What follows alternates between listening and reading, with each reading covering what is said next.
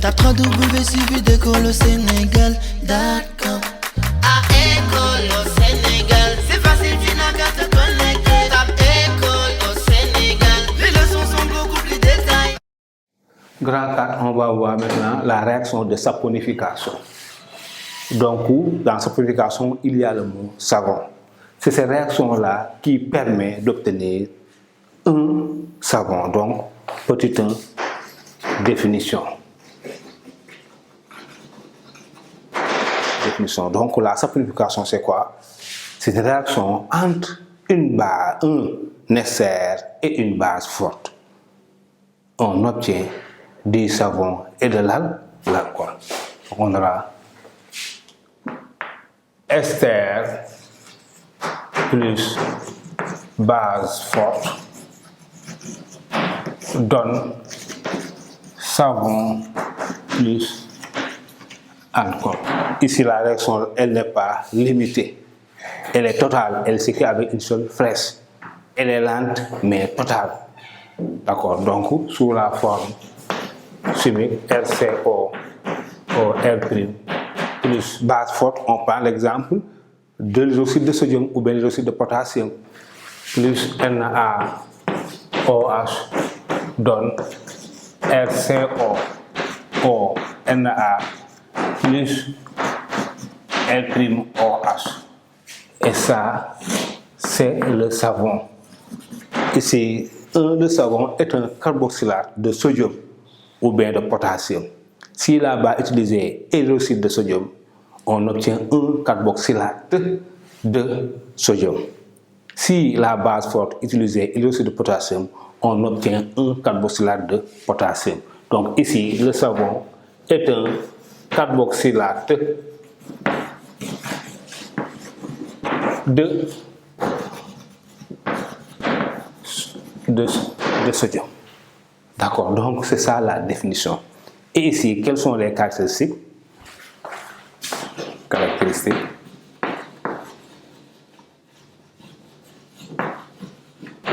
Là aussi, l'examinateur ne manquera pas de vous demander de donner les caractéristiques. Ici, deux caractéristiques suffisent. On dira que la saponification est une réaction lente et totale. Lente et totale. Réaction lente et totale. Lente et totale. D'accord. Maintenant, on va voir qu'il existe deux types de savon. Les deux types de savon. Les deux types de savon. Les deux types de savon. Quels sont les deux types de savon, chers élèves? Il existe les savons durs et les savons mous. Si vous avez un savon, soit il est dur, soit il est mou. Quand est-ce que le savon est dur? Le savon est dur si la base forte utilisée est l'hydroxyde de sodium. Si la base forte utilisée est l'hydroxyde de sodium, le savon obtenu est un savon dur. Quand est-ce que le savon est mou? Le savon est mou lorsque la base forte utilisée est l'hydroxyde de potassium, KOH. Si en lieu de place NaOH, on a KOH, on obtient un savon mou. D'accord, donc ce sont les deux types de savons. Les savons durs et les savons mous. Un savon mou est obtenu lorsque la base forte utilisée est l'hydroxyde de potassium. Un savon dur est obtenu lorsque la base forte utilisée est l'hydroxyde de sodium. Ça sont les deux types de savons. Maintenant, d'abord, petit 4, on va voir les corps gras. Les corps gras. Certains élèves peuvent s'émerveiller en disant pourquoi les corps gras? Parce qu'on sait qu'un corps gras est un lipide d'origine animale ou végétale. C'est normal parce que pour avoir un savon, il faut de l'huile. L'huile est un des réactifs de base de la synthèse des savons.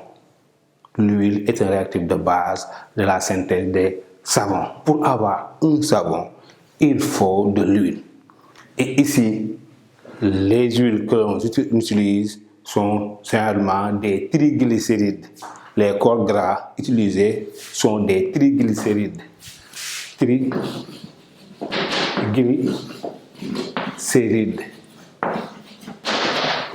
Les corps gras utilisés pour obtenir le savon sont des triglycérides. Et qu'est-ce qu'un triglycéride? Un triglycéride est constitué, c'est un triester dit, est constitué d'un triester de glycérol et d'acide gras. Un triglycéride est constitué d'un triester de glycérol et d'acide gras. C'est-à-dire quoi? Pour obtenir un corps gras, il faut faire réagir un triester de glycérol et un acide gras. D'accord, donc on aura acide gras plus glycérol donne presque ici corps gras plus eau. D'accord, plus eau. Ici, les gras, on les a déjà vus. Un glycérol, c'est quoi? C'est un triol. Une molécule qui présente 3 fonctions alcool. D'accord, hein? Et ici, il est systématiquement appelé acide 1, 2, 3, acide propane. Donc le glycérol est un triol. Donc le nom c'est propane 1, 2, 3, triol. Donc sous la formule chimique, donc on aura acide gras RCOOH plus CH2OH CHOH CH2OH. Ça c'est le glycérol. Le glycérol est un triol. Il présente 3 fonctions alcool. Il donne un corps gras de formule RCOCH2 CH2 RCO plus H2O. Là, en équivalent, on a 3, donc 3 molécules d'acide gras réagissent avec une molécule de glycérol pour donner une molécule de corps gras et 3 molécules d'eau. D'accord, hein? Et ça, c'est le corps gras.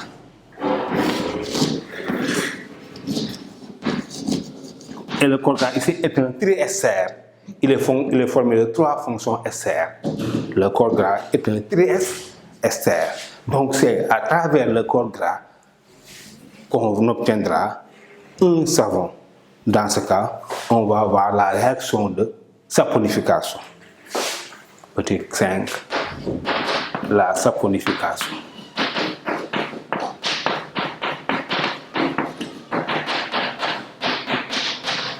La saponification. Donc c'est quoi la saponification, chers élèves? Hein? On l'a dit, donc ici, pour avoir à l'échelle industrielle le savon, on fait réagir un corps gras avec une base forte pour obtenir un savon plus, ici l'alcool correspondant va être le glycérol. Donc sous la formule chimique RCOOCH2 RCOOCH RCOOCH2. Ces deux équilibres se valent. Là, je fais apparaître les 3 fonctions SR1 plus NaOH. On pourrait avoir aussi KOH donne RCOONA plus le glycérol CH2OH CH2OH. Et là, il va falloir équilibrer, hein, parce qu'on est ici, on a 1, 2, 3 R. Donc là, on mettra 3. D'accord, hein? Et ici, on a 3 Na. Donc on mettra ici 3 Na. Et là, ce composé-là obtenu est le savon. Donc, à l'échelle industrielle, pour obtenir les savons que nous utilisons quotidiennement, on fait réagir un corps gras avec une base forte, l'hydroxyde de sodium ou l'hydroxyde de potassium, et le composé obtenu est appelé savon. Et il y a aussi un second produit qui va se former correspondant au glycérol. D'accord, donc c'est comme ça qu'on procède pour avoir du savon. Et pour la synthèse du savon, généralement on utilise une quantité en excès de soude. En excès. D'accord. Pour obtenir du savon, on utilise souvent une quantité en excès de soude. Et pourquoi on utilise une quantité en excès de soude, c'est pour permettre à toute la quantité d'huile, de corps gras, de réagir. D'accord, hein? Parce que pour avoir du savon, il faut un corps gras. Si on utilise une quantité en excès, toute la quantité d'huile va réagir et on aura une quantité maximale de savon qui va se former. Inversement, si on avait utilisé une quantité en excès, on n'aurait pas une quantité maximale de savon. Donc ici, la base forte utilisée est souvent en quantité excessive par rapport à la quantité d'huile. C'est pour permettre à toute la quantité de savon de réagir et du coup avoir une quantité maximale de savon. Et ici, qu'est-ce qui va se passer? Donc en fait de réaction, chers élèves, on obtiendra dans le milieu réactionnel du savon, du glycérol et de la soude en excès. Maintenant, ici, qu'est-ce qui nous intéresse? C'est le savon qui nous intéresse. On veut recueillir le savon. Donc ici, qu'est-ce qu'il faut faire? Il y a des astuces à faire. Mais là-bas, avant de voir comment obtenir le savon, on peut vous demander, ici, on verse de l'éthanol dans le milieu réactionnel. Lorsqu'on mélange le corps gras et la soude, on verse de l'éthanol. Et on peut demander quel est le rôle de l'éthanol dans ce cas. Il faut savoir que si on mélange le corps gras et la soude, uniquement, on n'aura pas un mélange homogène. La soude ou bien la base forte et l'huile ne vont pas réagir parce qu'ils ne sont pas miscibles. Pour qu'il y ait réaction entre la base forte et le corps gras, il faut donc une substance qui les rendront miscibles. Et c'est là, l'éthanol va jouer le rôle de ce réactif-là. Donc ici, l'éthanol va permettre au mélange d'être miscible. Donc le rôle de l'éthanol, c'est pour avoir un mélange homogène, permettre à la base forte et l'huile d'être miscible. Sans sa présence, on a beau mélanger, mais il n'y aura pas de réaction, on n'aura pas la formation de savon. Donc l'éthanol ici joue un rôle très important. Il permet au mélange d'être homogène. Il permet à la base forte et le corps gras d'être miscible, de se mélanger. D'accord. Et ici, on peut demander, après la synthèse du savon, on ajoute de l'eau salée. Quel sera le rôle de l'eau salée? En versant de l'eau salée, qu'est-ce qui va se passer? Le savon va se précipiter au fond du récipient. Donc le savon va fuir l'eau salée. Le glycérol et la soude, la base forte, vont surnager. Le savon va se déposer au fond du récipient. Donc on aura ça. Du savon qui va se déposer au fond du récipient. Et qu'est-ce qui reste? En transvasant, on pourra séparer le glycérol et la soude du savon. Donc ici, c'est ça le rôle de l'eau salée. Donc l'eau salée va permettre au savon de se précipiter au fond du récipient, de se déposer, de fuir le sel. Vous savez bien que le savon et le sel ne vont pas ensemble. Donc en ajoutant de l'eau salée, le savon va se précipiter au fond du récipient, va se déposer, va fuir le sel pour se déposer au fond du récipient. L'excès de soude et le glycérol vont surnager. En transvasant le mélange dans un autre récipient, on pourra séparer le sel, on pourra séparer le glycérol et la base forte du savon. Et cette opération-là est appelée le relalgage. On l'appelle le relalgage. On l'appelle le relalgage. Donc, on peut vous demander qu'est-ce que c'est que le relalgage. Il faut répondre dans ce cas. Le relalgage permet de recueillir le savon. D'accord? Il consiste à ajouter de l'eau salée dans le milieu réactionnel.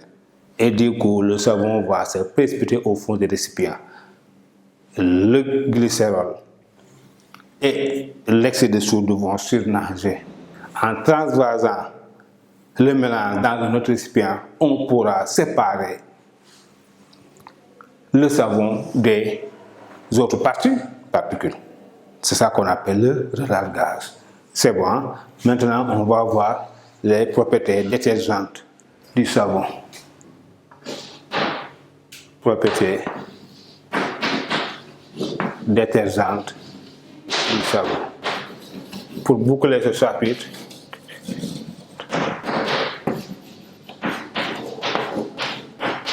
Vous suivez d'école au Sénégal, d'accord. À école au